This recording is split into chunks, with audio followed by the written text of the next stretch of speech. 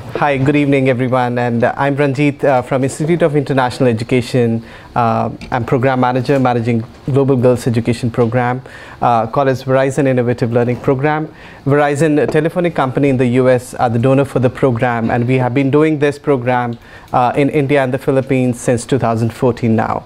So the whole conclusion of my presentation will be that how this project is closing gender gaps in STEM peripheries. Verizon Innovative Learning Program, how we came to develop this program and what were the key indicators we really wanted to achieve was because we have less than 10% of students admitted to IITs. These are institutions where we have engineers made. And secondly was that while girls outperform boys every year in the grade 12 examination, but then we see very fewer girls entering into JEE, called as Joint Entrance Examination. Then there are a large number of percentage of women, those who are unable to participate in these key IT communication sectors. And if you see in India, less than 3% of women occupy senior roles. We have 16% at mid-management and 81% at junior level in IT sector. So because of these findings that we came across, we thought of that how we can address this issue and what needs to be done. Verizon Innovative Learning Program, while we were doing this, we had four major indicators we really wanted to achieve, or other outcomes that we really wanted to achieve.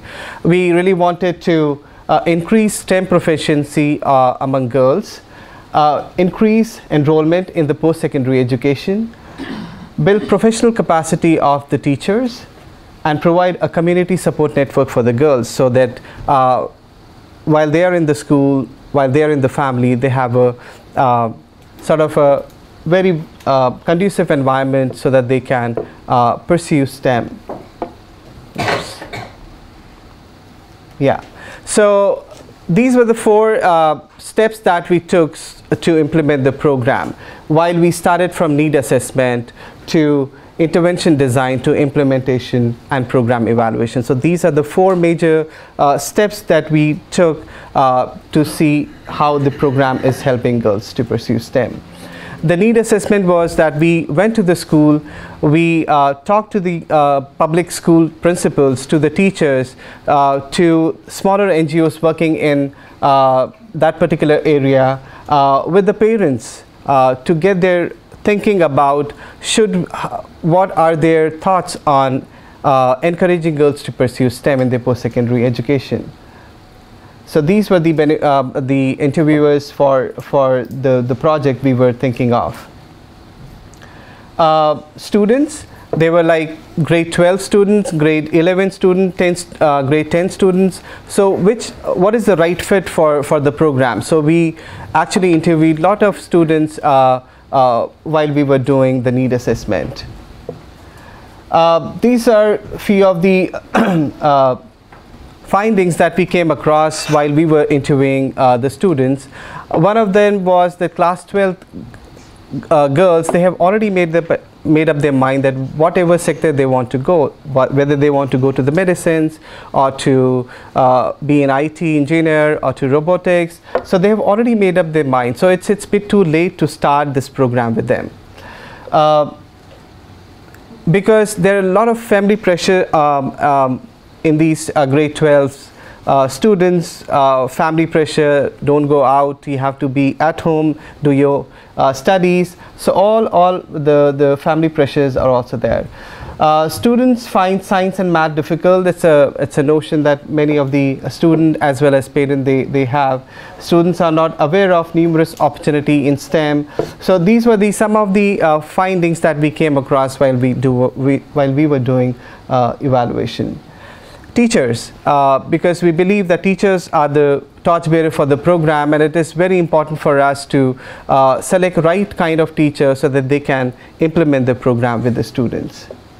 So these are some of the findings that we came across. So these are government teachers, public high school teachers. They're already occupied by so many additional activities or responsibilities on them, even though they are maths and science teachers, but they have to also ensure they are available for doing some government responsibilities that are assigned to them.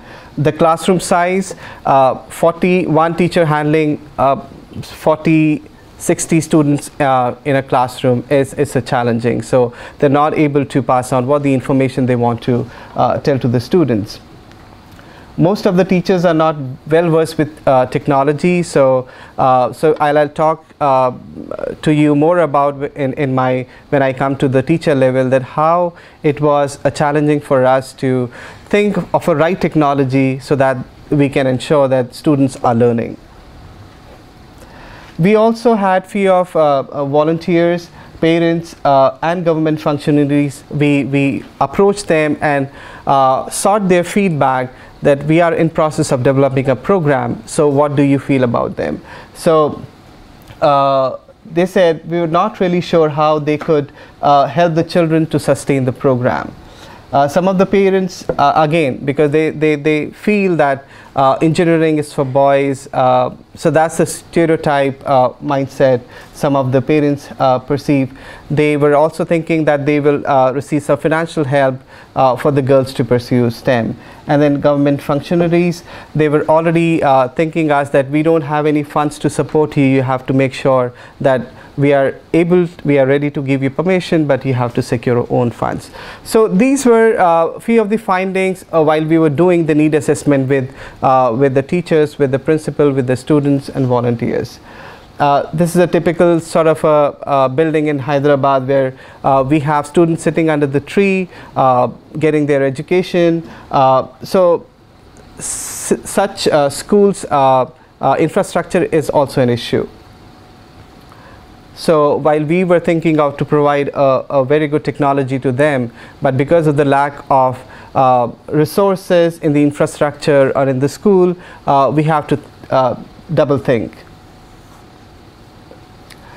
Some of the key findings that we considered was that grade 8 and 10, so that would be the right age for us to select the girls from. And then we also thought that these are the girls have to be interested towards STEM. And we also we know that these teachers are not very well equipped to use education technology. So we have to think of a technology which is very simple to use in a way that they can easily start using it. And intervention that had to be within constraints of infrastructure. So we really wanted the program to be in the school, not out of the school. So considering all the findings and suggestions and feedback, we came with Verizon Innovative Learning Program, and it's a 3-level approach of student, teacher and the parent. So all the circles that you're finding in green color these are the beneficiaries we work closely with, and the outer circle representing blue color are the activities that we do with the teachers, with the students and with the parents. So when I go further, I'll unpack the presentation. In terms of education technology, because we know we have to be very mindful of giving a technology to the teachers, and so we started with a very simple technology of giving a laptop, a projector and a very easy to use software to them. So the software name is DigiSchool's solution, which is mapped to the curriculum. So while we do teacher training in these 2 days, we basically try to teach them how actually a laptop is operated, because some of the teachers, they have never used laptop in their life, and they are like about say 40 years in the service of teaching, and now we are telling them this is the power button and you have to switch it on if you want to switch on the laptop. So from there we started, and these 2 days were intense training with the teachers, telling them this is a machine, you have to plug in the charger, you have to switch on the computer, and then this is the software. So we also told them that this is not an additional thing that we are asking you to do. It's basically we have mapped the curriculum in a software, and if you're teaching a solar system, you just click on grade 8 chapter 8, and while you're turning your pages, you just have to turn a laptop. So the technology was very simple, and we hand it over to them, and then we train them so that they can use it very frequently in the classroom. Some of the highlights for the training program, we encourage them to expand their comfort zone. They were because they're already 40 years in service and they're well versed with these subjects, but we tried asking them to expand their comfort zone. Leadership skills, vision building, integrating education technology in the classroom. So it was a bit of challenge for us to ask that you have to take every day your maths and science classes using education technology, but we asked them, and we said it's okay if you want to start say 5 days in a month, and slowly you can take it on from there. Again, then we did some of the refresher teachers training after 3 months so that they can again come up to us asking any questions if they have for the education technology or for the model. Yeah, it's just some of the things again. These are some of the participants' challenges, as well as what came through the leadership for the teachers training workshop. Then we have the student level, and some of the activities that we do with the students are leadership workshop, exposure visit, mentoring sessions, exposure visit, and coaching classes. So we encourage these girls to pursue STEM, and through this leadership workshop, what we do is we try to tell them that you are important, and they have to realize themselves that they are important and they are future leaders, because they have already said that they want to pursue STEM in their post-secondary education. So through this leadership workshops, we try to make them believe in themselves. Just to mention that these are all government students. These are students coming from low resource background.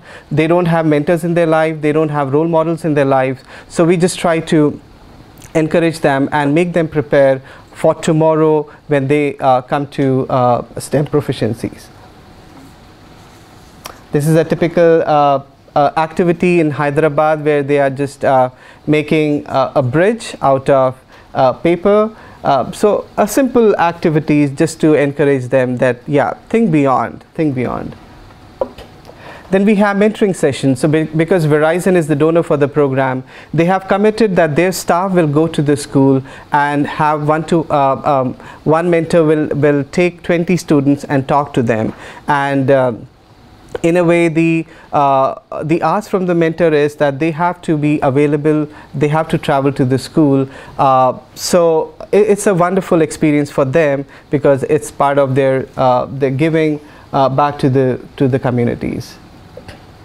These are some of the guidelines that we have prepared for the mentors, those who agree to go to the schools. And then we have exposure visit. So in a period of 6 months time, where mentors were coming from the office going to the school, we take these girls to after 6 months, we take these girls to the Verizon office, and there they see that their mentors are working in a big building. And one of the girls in Hyderabad, she mentioned that I've never seen such a building, because Verizon is big. They have a very big building in Hyderabad. So she was so mesmerized to see Verizon's building, and she said that I really want to come back and work here. So it's just an encouragement that we want to give to these girls. Then we have National Science Days. We organize some competitions so that a spirit of competition is always there among the girls. So that's how they're doing some puzzle with maths. Then we have a facilitation event wherein we invite all girls in a good 5-star hotel, because they have never been an opportunity to go to such places, and then we invite because this project is happening in 4 locations. So every location have a congratulatory or facilitation event, and we just try to celebrate because they have been part of the Verizon Innovative Learning Program for a year's time. So we celebrate, we give them opportunity to dance, to sing, and it's fun. These are some of the highlights that we have received from the student, from the teachers, and from the parent side. And because of the time, I'll just skip it and go to the final graph, where it says the impact of the program that has made. And starting from the green and the orange as on the from the medium and high. So none of the girls are in the low, and none. Almost like 50% of the girls, they have moved from medium to high. Likewise for the teachers, because we have trained them on using education technology. For a teacher using a computer or laptop for the first time, now we see they tell us that they are confident to use education technology. So the program is trying to create opportunities for these young girls, so that when they enter into STEM field, they are confident and they are ready to accept any challenges. It is also cultivating a leadership among the girls to become change makers in the society. The program has connected with the partners and mentors so that they can close the STEM gaps. And then program is opening minds to the world so that they can bridge gender disparity in the society where they are living. Yeah, so this is a brief about the program, or the presentation of the model that we are doing in India and the Philippines. Thank you.